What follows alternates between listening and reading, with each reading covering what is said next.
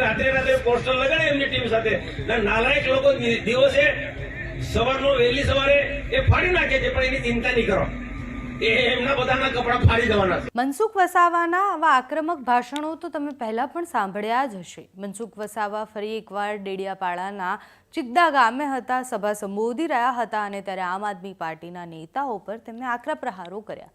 તેમણે કહ્યું કે ભાજપવાળા મારા પોસ્ટરો લગાડે છે અને આમ આદમી પાર્ટીવાળા મારા પોસ્ટરો ફાડે છે. આ પોસ્ટરો ફાડવાવાળાના કપડાં ફાટી જવાના છે. સમજી વિચારીને કુદાકૂદ કરજો.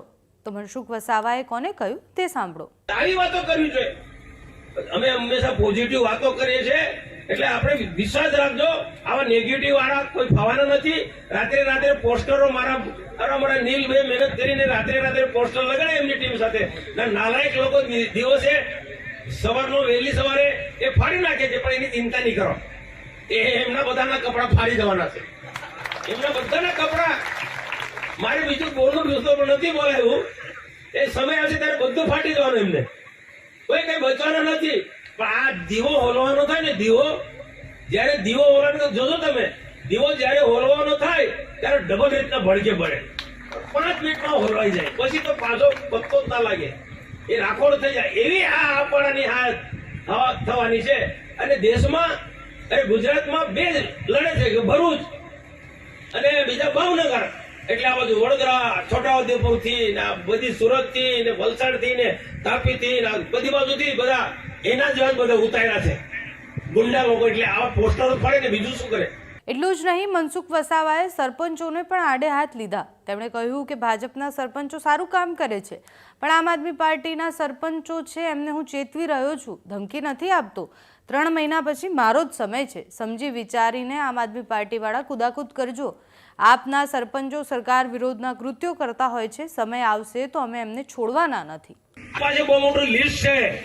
કેટલાક સરપંચો હું વિશ્વાસ સાથે કહું કે અમારી સાથે જોડાયેલા બધા સરપંચો ખૂબ સુંદર કામ કરે છે. ભલે ભાજપનું કામ નહીં કરે, પણ સરકારની યોજનાનું કામ તો સારું કામ કરે ને, એનો એ જ અમે માનીએ છીએ. અમે કોઈ અમારી તો પાર્ટીનું એટલું મોટું સંગઠન મજબૂત છે ને, અમારે બીજા કોઈની જરૂર નથી. અમારા ચૂંટાયેલા લોકો એટલા બધા છે ને તાલુકાના, જિલ્લાના, બીજાનો કોઈ જરૂર નથી. પણ સરપંચ મિત્રોને એટલી વાર વિનંતી કે મોદી સરકાર આટલી બધી ગ્રાન્ટ આપે છે, એટલી ગ્રાન્ટ આપે. આજે તમે લાલ પીળા છો ને, આ મોદી સરકારના કારણે છે ભાઈ. અને બહુ પછી અવરચંડાઈ કરશો ને, ધમકી નથી આપતો. આ 3 મહિના પછી મારો જ સમય છે ભાઈ.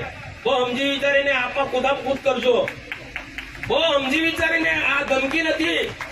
પણ અમારી સરકારની ગ્રાન્ટ વાપરો છો અને સરકાર વિરુદ્ધના કૃત્ય કરો છો, સરકારને બદનામ કરો છો, તો સમય આવશે તે દિવસે અમે છોડવાના છે. સમજી લેજો. હત્યા મારે છે. હવે બીજો એક આક્ષેપ ચૈતર વસાવાના માણસો કે ભાજપ વાળા પૈસા વેચે છે. અમે કોઈની પાસે તમે દાખલા આપો કે ભાજપ વાળા અમારે પૈસા વેચવાની કોઈ જરૂર જ નથી.